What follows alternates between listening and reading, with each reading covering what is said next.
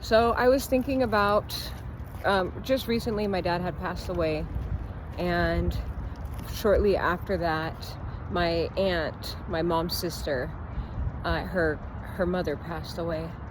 And it's two completely different stories. So the first one is my dad. He worked night and day all while growing up.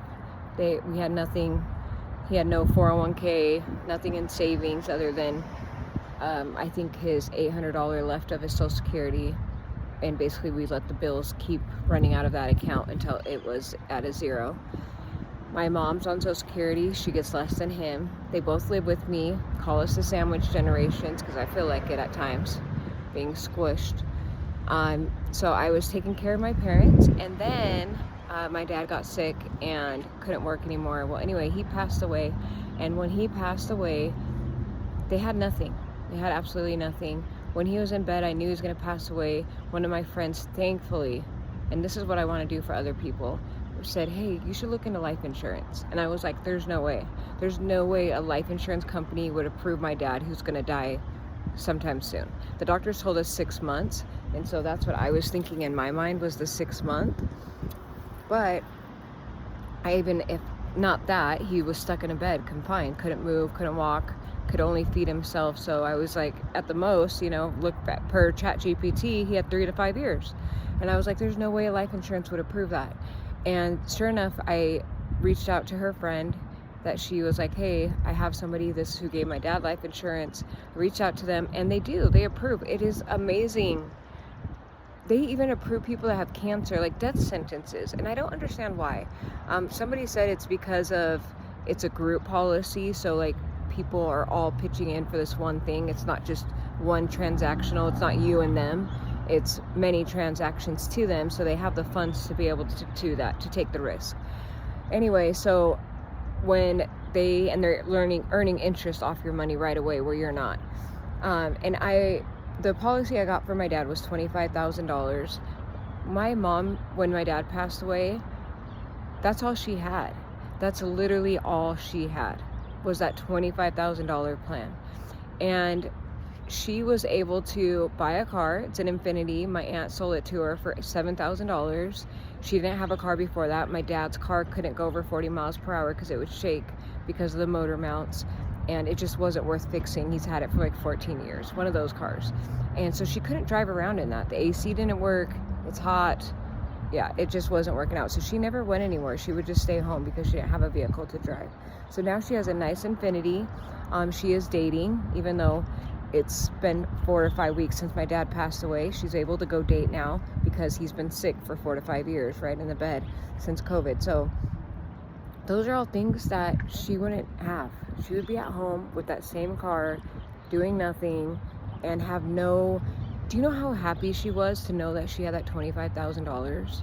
She was, and then to pay for the funeral and everything else. So it was a huge stress that turned into a blessing for her, because my dad was thinking about not himself, but who's going to carry on after him. And that's what I hope people do. I talk to people and they're like, well, I don't care. My neighbor, I don't care. I'm not going to be here. They can figure it out. Why? Why do they need to figure it out?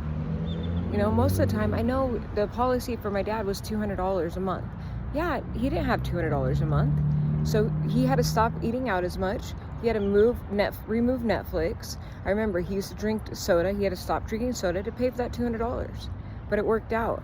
And instead of his legacy being bitter and mad at him, they're actually happy. My mom's happy now. I'm like, thank you. He was mean towards the end. But her last impression of him is he left her $25,000.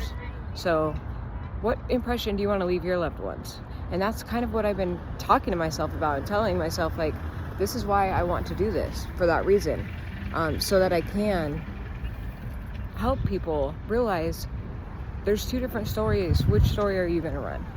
Choose your heart. Which heart do you want to choose for your family?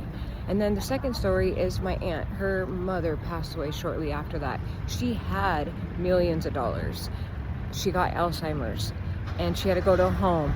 The cheapest home they could find for her was $5,500 a month. And it wasn't even a good home. The first home that they got for her was $3,000, but it was so bad. Nobody was there watching her. Like, it just wasn't enough. And so they had to change her to this other home. Well, $5,500 a month, stay alive for a couple years, really eats all that up. Plus all the bills, the hospital, everything. Selling her property, managing her own home during that time, ate up all those funds that she had. So when she passed away, she didn't have anything left. She had, I think, $10,000 in her 401k when it was done. And she was a principal her whole life and had all those savings in retirement. She was getting paid monthly, but it was eaten up by her bills each month while she was, going through the Alzheimer. And she didn't have it really bad, dementia, but she had it bad enough where she needed outside care. And that's what, we don't know what's going to happen. We could guess. Yeah, we can make a good guess, but I'm using people around me and the statistics around me to make my guess. And my guess is that most of us aren't going to be able to save enough to retire. Most of us aren't going to be able to save enough to help our family bury us. And so that's why I am a firm believer of getting life insurance so that they have something. I know someone that bought a car using life insurance policy as collateral. Bought the car. You don't pay on it, we're going to take your policy. Okay. So he made sure he made his payments on his car. It's just little things like that we don't see. But like, which one do you want to be? Which one do you want to be? Do you want to be the mom that lost all her savings and had nothing? During that time, she had already turned 80 years old. And if you know life insurance, I found this out through my, looking up for people to see if people can get policies and things as of late, is that if you're 80 years old, that's when most companies won't give you a policy anymore. There is one, I think, that does till 85, but for the most part, it's hard to get a policy after 80. So that's what happened to this lady. She waited till after she was 80 years old, Grandma Hart, and she did not leave her family with anything but heartache and headache and taking care of her with no reward or nothing positive out of it. And it's like, we have a decision we can make.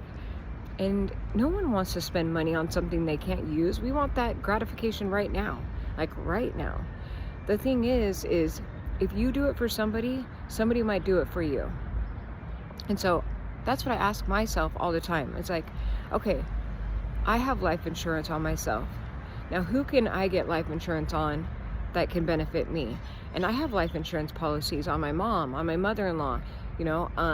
My father-in-law has passed away. My dad passed away. And so you figure chances are the wife stay alive longer. So make sure, and the husbands are usually the one controlling the finances. In my house, I control the finances, but in some cases I've noticed that the husbands are the ones working, so they kind of say where the money goes, or it's just not talked about. Talk about it. Get the husbands to get life insurance on themselves. And my dad had a policy through work.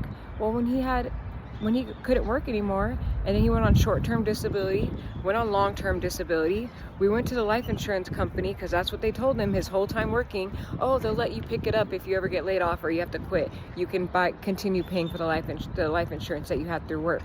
We called them. They're like, yeah, no, we just did your short disability claim and you had a stroke. We're not paying for life insurance for you. Heck no. And they said, no, he's not approved, and made some other company take on the risk.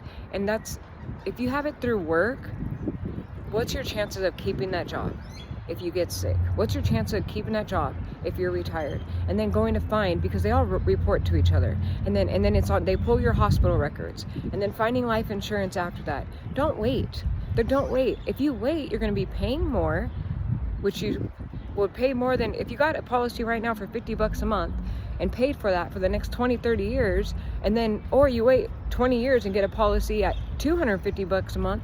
Who do you think's paying more? Who's hurting more making that payment, the $50 a month payment or the $250 a month payment? I could tell you from my experience, 30 years down the road, you're paying $250 a month. It hurts a lot more, especially when you're on just Social Security. It definitely hurts.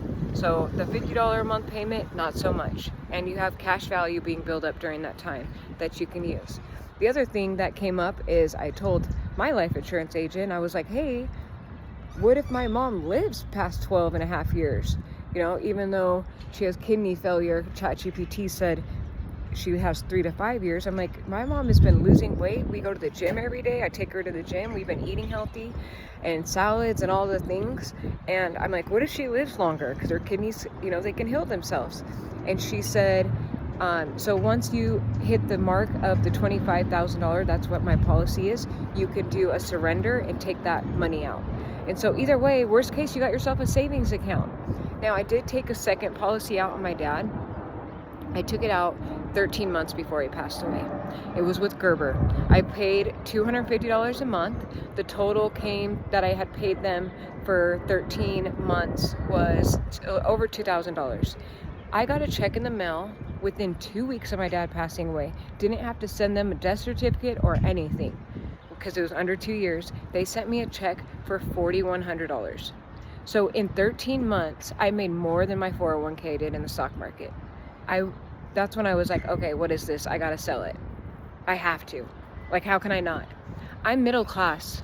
I'm on government insurance, middle class government insurance. Yeah, we make money, but not enough to pay for my family's insurance, $400 a paycheck. You know, so I'm like stuck in the system because my husband can't get a raise high enough to cover that $400 a paycheck. So we are literally stuck on government insurance.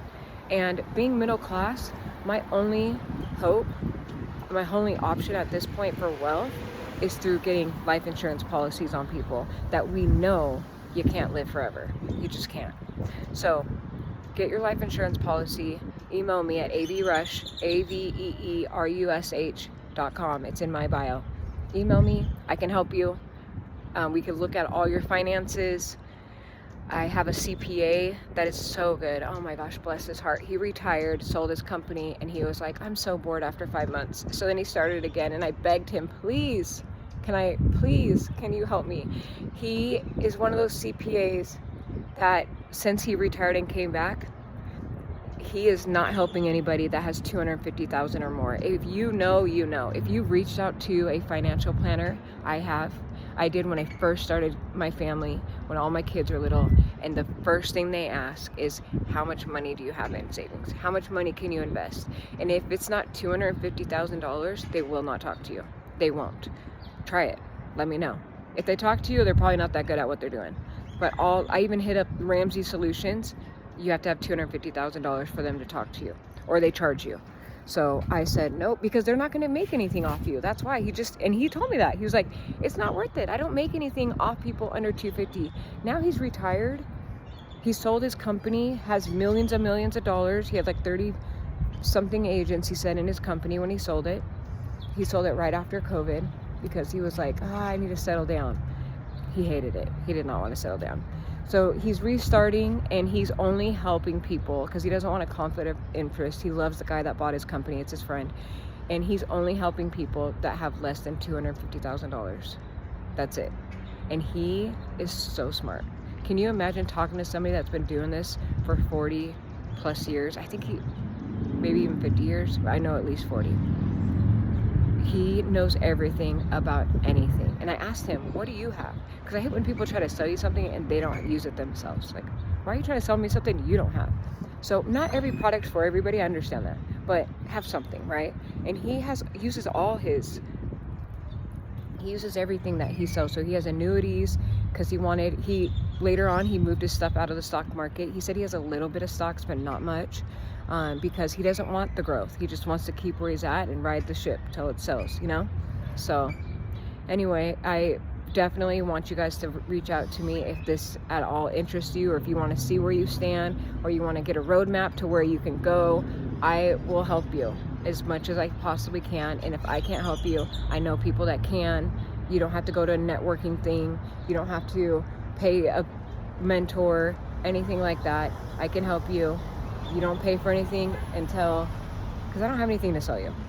You don't pay for anything until you buy something, like a policy or something along that line, if that's what's right for you. That's what we got to find out, right? We don't know till we know. We got to check it out, find out, you know? And I'm very good at asking questions. That's why people like to talk to me, because I can keep people talking for hours and asking really good questions that are needed to get to where the end of the conversation needs to go. So, all right, well, you guys all have a beautiful day, and if no one's told you today that they love you, I do.